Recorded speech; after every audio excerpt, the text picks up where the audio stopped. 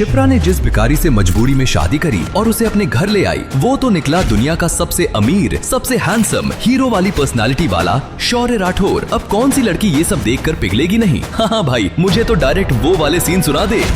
वो भी देख लेना। पर शो की कहानी भी किसी बॉलीवुड फिल्म से कम नहीं है। अरबपति शौर्य राठौर भिखारी बनने का नाटक करता है, पर अपनी पत्नी की डूबती कंपनी को डूबने से बचाता है, हेलीकॉप्टर में घूमता फिरता है और ससुर को बचाने के लिए गुंडों से अकेले भर जाता है। लोगों को लगता है वो कोई बहुत बड़ा चोर है, लेकिन जब उसकी असली पहचान सबके सामने आएगी तब सबके होश उड़ जाएंगे। एक बार शो चालू करके सुनिए, बंद नहीं कर पाएंगे। मेरी मत मानो, खुद सुनो और मुझे बताओ। मैं इस भिखारी से कभी शादी नहीं करूंगी। छोड़ो मेरा हाथ। दुल्हन के लाल जोड़े में सजी शिप्रा की आवाज पूरे पंडाल में गूंज उठी, लेकिन उसकी ये हिम्मत ज्यादा देर तक टिक नहीं पाई। अगले ही पल मुख्तार नाम के उस खतरनाक गुंडे ने उसके छोटे भाई राहुल की कनपटी पर बंदूक तान दी। नहीं नहीं, मेरे भाई को छोड़ दो। तुम्हारी दुश्मनी मुझसे है ना, तो मेरी जान ले लो। मुख्तार के होठों पर एक खतरनाक मुस्कान फैल गई। उसकी आंखों में नफरत और बदले की आग साफ दिखाई दे रही थी। अगर तुमने मेरे भाई का रिश्ता ठुकराया ना होता तो आज तुम इस शहर की रानी होती, लेकिन नहीं, तुम्हारे नसीब में तो एक भिखारी की बीवी बनना ही लिखा है। ये सुनते ही शिप्रा के पिता राजदीप राय, जो अब तक अपनी बेटी की बेबसी देख रहे थे, अचानक टूट गए। वो कांपते हुए कदमों से मुख्तार के पास आए और सबके सामने हाथ जोड़कर उसके पैरों में गिर पड़े। प्लीज मुझे माफ कर दो, मुझसे गलती हो गई। मैं इस भरी महफिल में तुमसे माफी मांगता हूँ। मेरी बेटी की जिंदगी बर्बाद मत करो, प्लीज।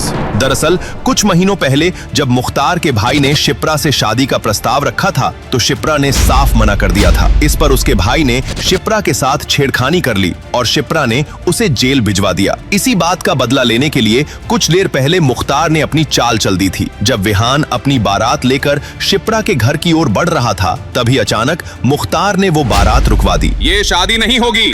ये सुनते ही वहाँ सन्नाटा छा गया। भाई, ये क्या कह रहे हो आप?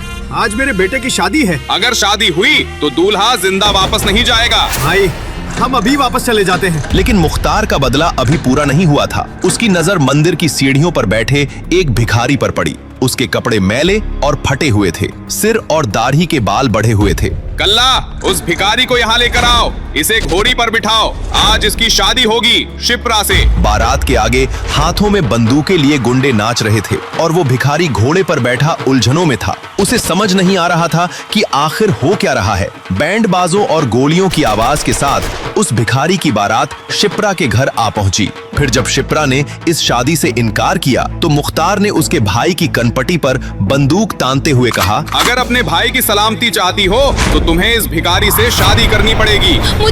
मुझे मंजूर है। अपनी हाँ सुनकर मुख्तार के चेहरे पर एक वहशी मुस्कान आ गई। वैसे तेरा दूल्हा कभी तुझे कुछ नहीं कहेगा, गूंगा जो है। शिप्रा की नजर उस भिखारी पर पड़ी। लोगों की नजर तो उसके गंदे कपड़े और गंदे हुलिये पर थी, लेकिन शिप्रा की नजर ने उसकी मासूम आंखों को देखा। आज वो बेचारा गुंडों में फंस गया था। अरे ओ कल्ला, दूल्हे को तो ले आ, दुल्हन उसे देखने के लिए तड़प रही है। चल मुन्ना, आज तो शादी है तेरी। देख कितनी खूबसूरत दुल्हन है, तेरे तो मजे है। कल्ला ने उस भिखारी की बाह पकड़ी और स्टेज की तरफ खींचने लगा, पर उस भिखारी ने झटके से उससे अपनी बाह छुड़ा ली। अबे गधे, मैं तेरी किस्मत बदलने जा रहा हूँ और तू कीचड़ में ही रहना चाहता है। चल आगे बढ़। जब उस भिखारी ने मुख्तार की भी बात नहीं मानी, तो उसने न आव देखा न ताव और उसके गाल पर 3-4 थप्पड़ जमा दिए। भिखारी के मुंह से खून निकलने लगा। गूंगा होने की वजह से वो चिल्ला भी नहीं पा रहा था। पंडाल में मौजूद लोगों को उस भिखारी पर दया आने लगी। शिप्रा की आंखों में भी उस गूंगे भिखारी के लिए दया उमड़ आई। लगता है इसको भी इस लड़की पर दया आ रही है, इसीलिए इस लड़की की खातिर ये मार सहने को भी तैयार है। तो फिर अब क्या करे बॉस? ऐसे कैसे चलेगा?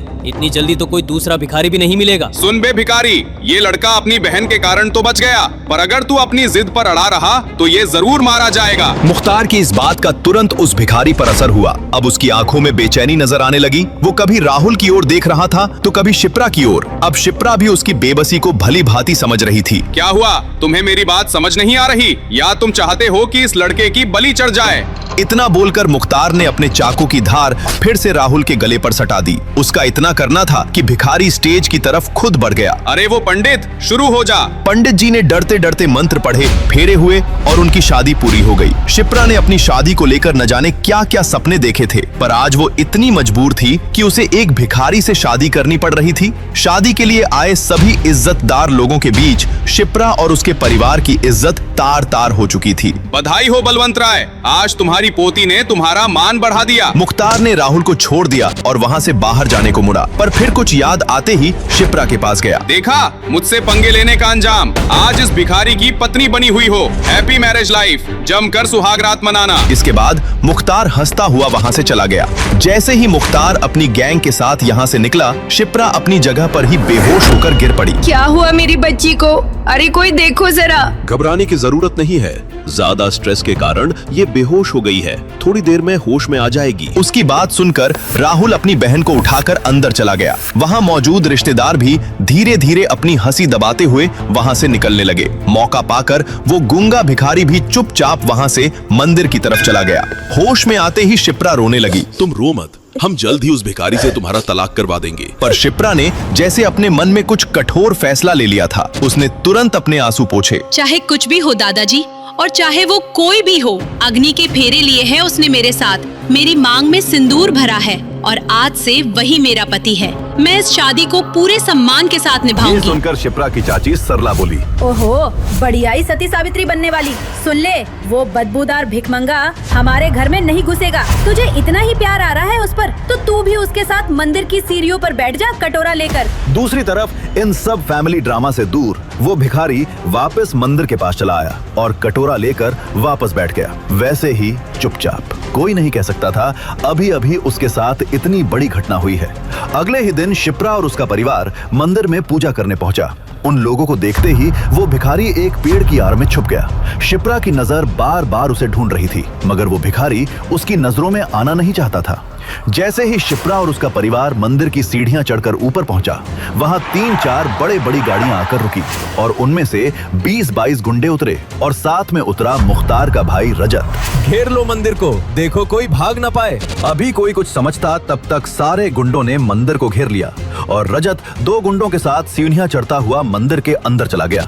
शिप्रा आंखें बंद करके मंदिर की परिक्रमा कर रही थी। अचानक उसे महसूस हुआ कोई उसके सामने आकर खड़ा हो गया है। उसने आंखें खोली तो सामने खड़े शख्स को देखकर उसके पसीने छूट गए। तुम, अब क्या चाहिए तुम्हें? तुम्हारे भाई मुख्तार ने मेरी लाइफ का मजाक तो बना ही दिया है। सुना है तेरी शादी किसी भिखमंगे से करा दी भैया ने, मगर मैं इस शादी को नहीं मानता। अभी इसी मंदिर में तुझसे शादी करूंगा और आज रात ही मनाएंगे हनीमून। शिप्रा के पूरे शरीर में बिजली की सिहरन दौड़ गई। वो वहाँ से भागी अपने परिवार की तरफ। रजत भी उसके पीछे पीछे भगा और उसका हाथ पकड़ लिया।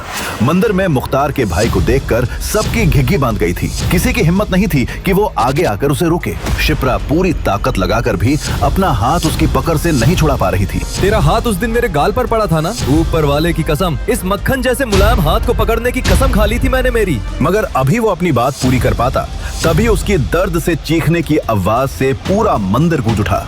शिप्रा ने उस गुंडे रजत के हाथ पर इतनी जोर से काटा था कि खून निकल आया था। रजत की पकड़ ढीली पड़ गई थी।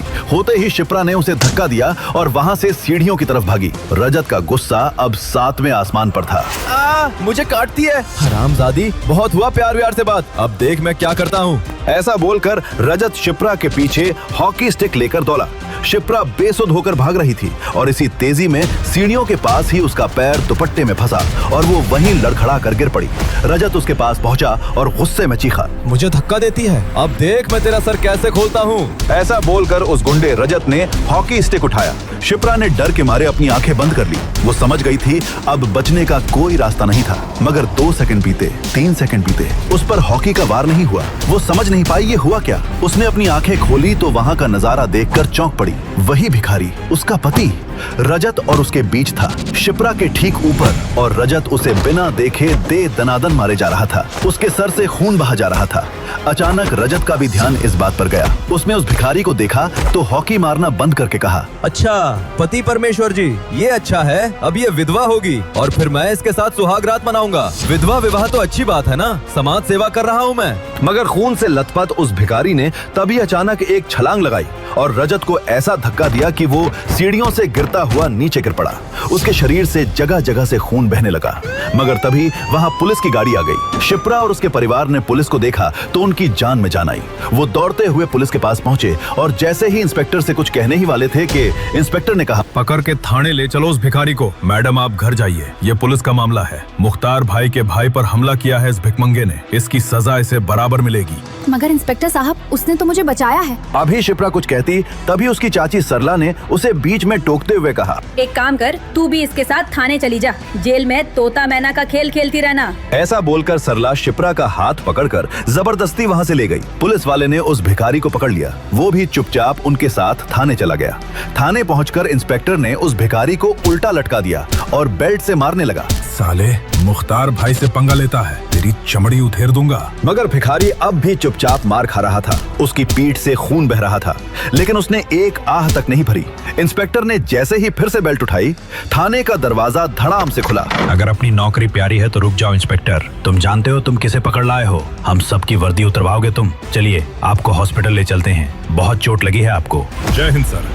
ये भिखारी, इसने मुख्तार भाई के क्या मतलब सर? ये तो उस मंदिर का। कमिश्नर ने अपना मोबाइल निकालकर इंस्पेक्टर को कुछ दिखाया। वो देखते ही इंस्पेक्टर थर थर कांपने लगा। शौर्य राठौड़ ऐसे?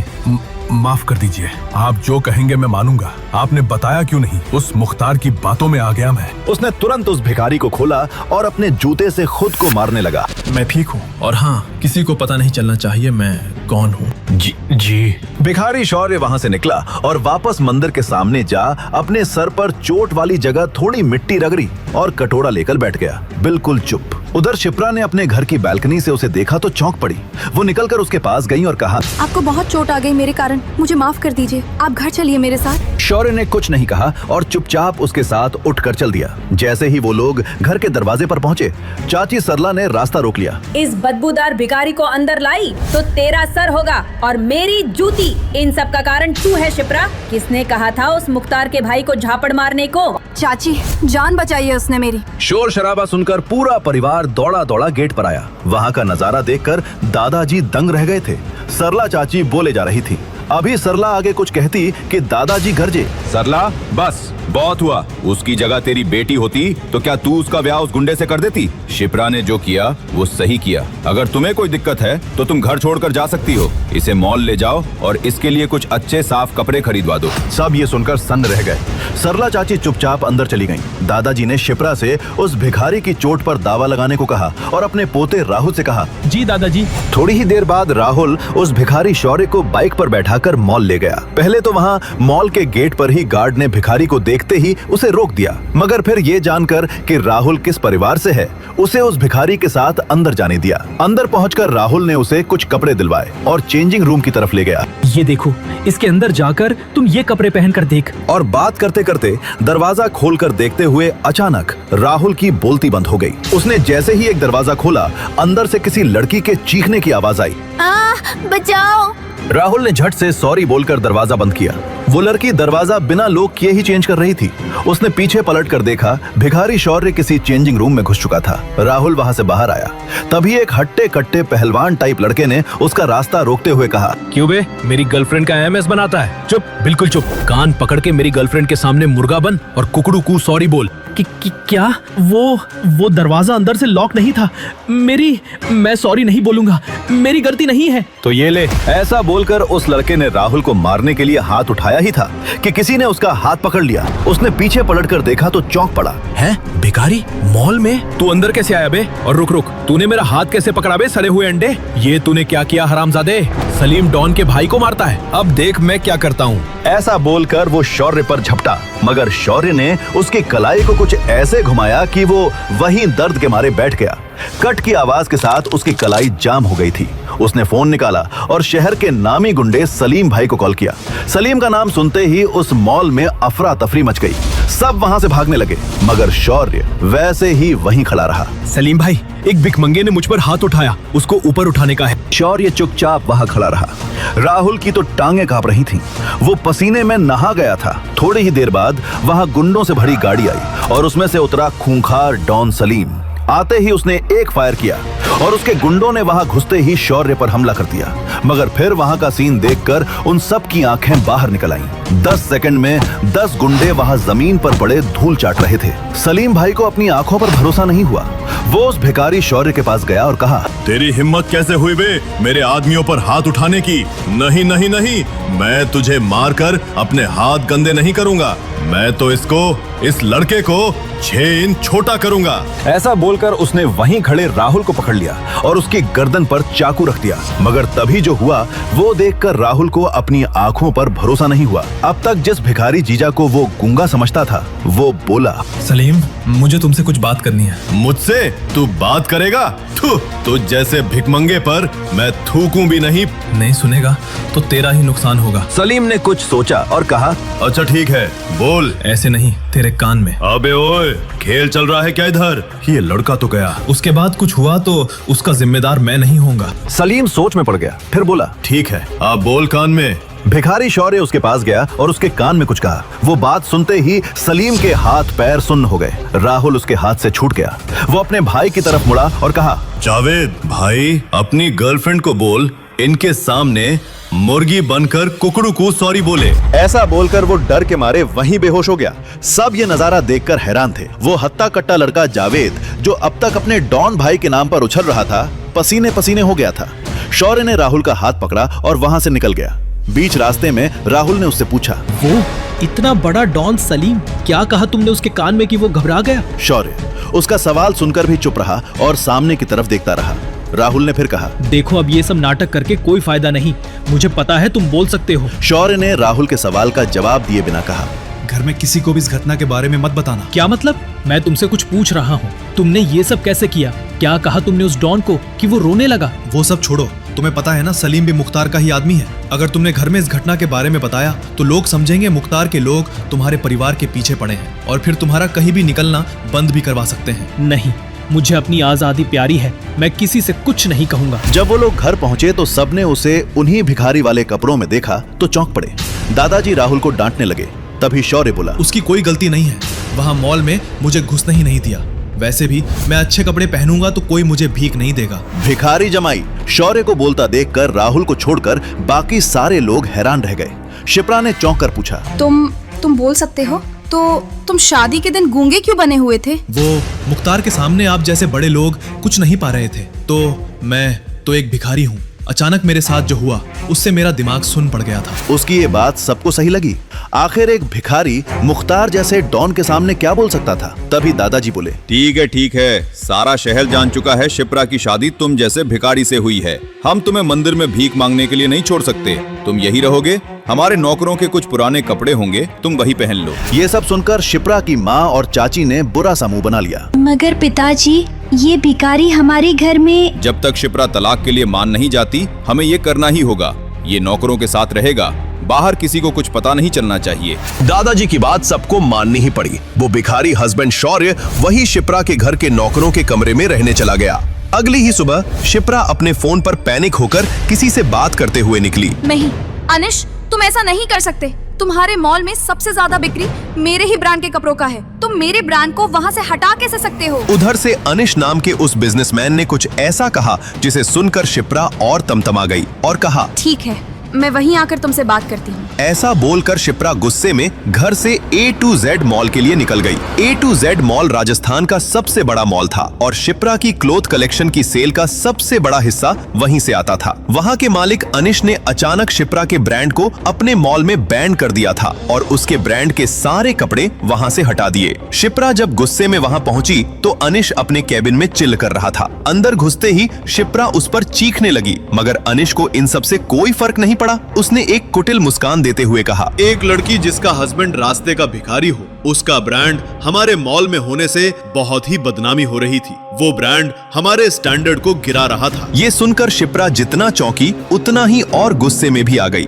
सारे शहर को पता चल चुका था बलवंत राय की पोती की शादी एक भिखारी से करवा दी गई थी। वो गुस्से में बोली, मेरी प्राइवेट लाइफ से मेरे ब्रांड का क्या लेना देना? मेरा ब्रांड इतना पॉपुलर है, कपड़े इतने अच्छे हैं कि मार्केट में आते ही खत्म हो जाते हैं। तुम उसे ऐसे किसी बेकार के कारण से यहाँ से नहीं हटा सकते। आखिर तुम चाहते क्या हो? अनीश ने ऊपर से नीचे तक शिप्रा को गंदी नजरों से देखा और कहा, वैसे एक रास्ता है। कौन सा रास्ता? वो ये सुनते ही शिप्रा सर से पांव तक कांप उठी। वो तमतमाते हुए आगे बढ़ी और अनीश को एक जोर का झापड़ लगाया। अनीश गुस्से में आ गया मगर मुस्कुराते हुए कहा। ऐसा बोलकर अनीश ने अपनी जेब से 1 रुपए का सिक्का निकाला और शिप्रा की तरफ फेंक दिया। एक भिखारी की बीवी के लिए 1 रुपया तो काफी होगा।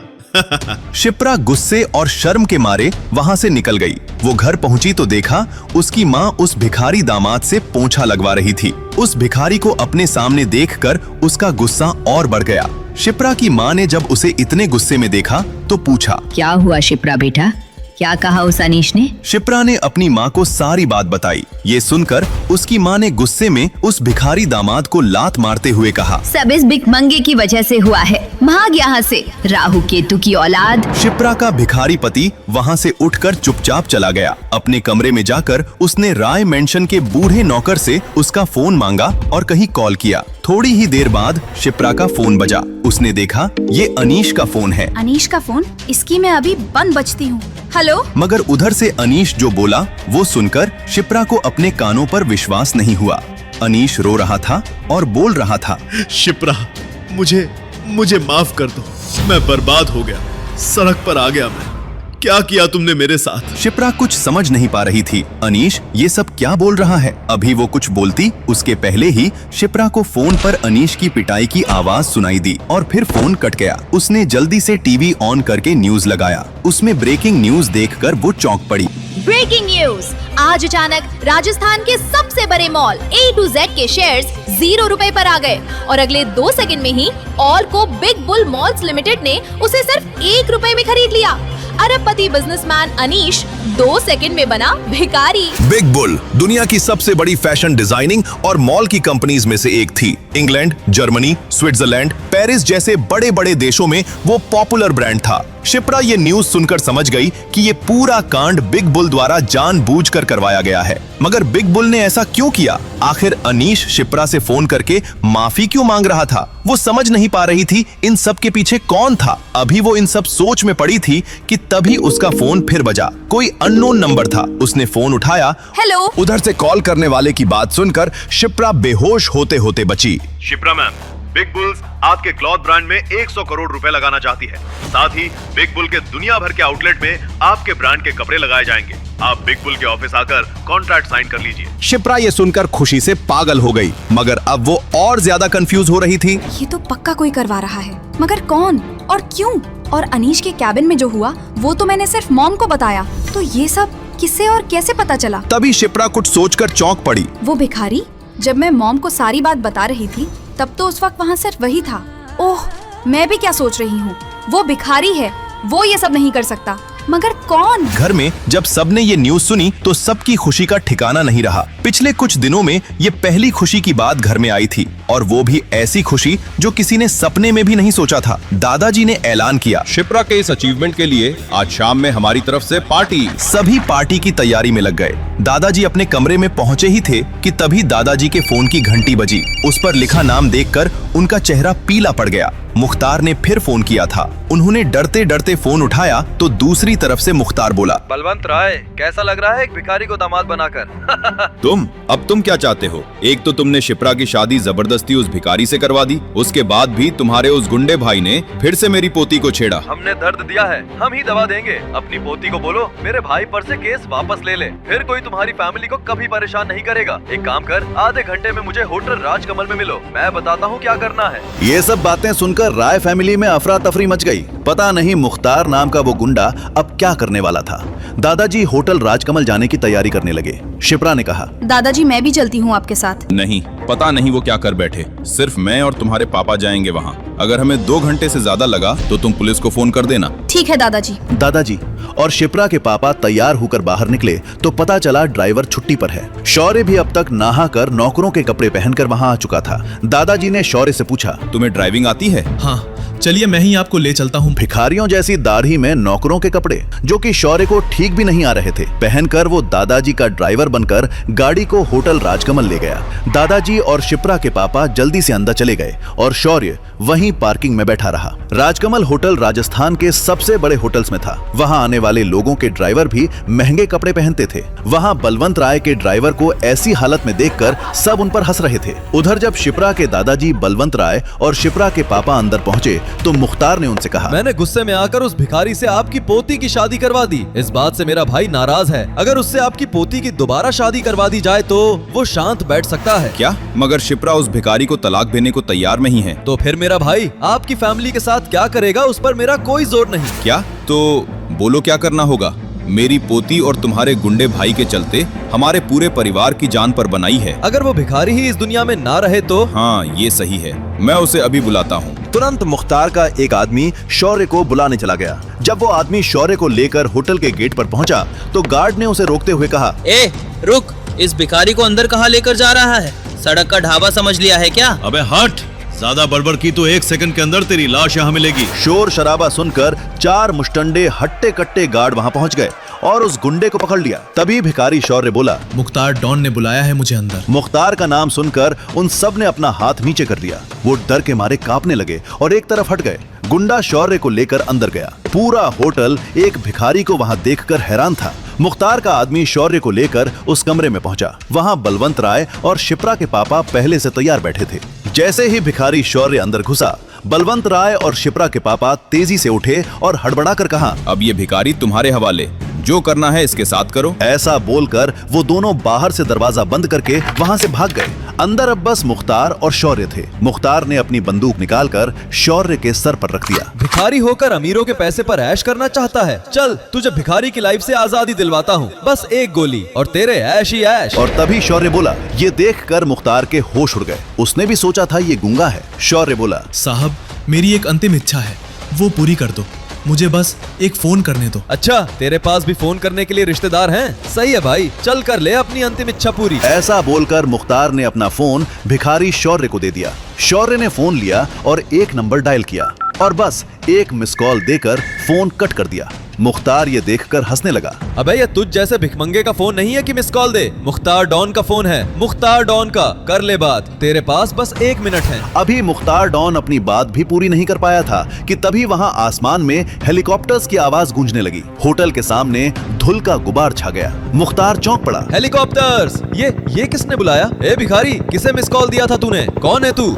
शौर्य अपनी जगह पर खड़ा होकर मुस्कुरा रहा था। क्या सच में वो हेलीकॉप्टर भिखारी शौर्य के लिए आए हैं? क्या सच में शौर्य के मिस कॉल का कोई संबंध है उन हेलीकॉप्टर से? क्या शौर्य जो दिखता है वो है नहीं? कौन है वो? क्यों भिखारी बनकर रहता है? क्यों उसके लिए कमिश्नर से लेकर मुख्यमंत्री तक बिछे रहते हैं? क्या बिग बुल कंपनी का शिप्रा को ऑफर और शौर्य के एक फोन कॉल का कोई संबंध है? सलीम डॉन से मॉल में क्या कहा था उसने कि वो डर के मारे कांपने लगा? क्या शौर्य शिप्रा के दादाजी और उसके पापा से बदला लेगा या नहीं? क्या होने वाला है आगे?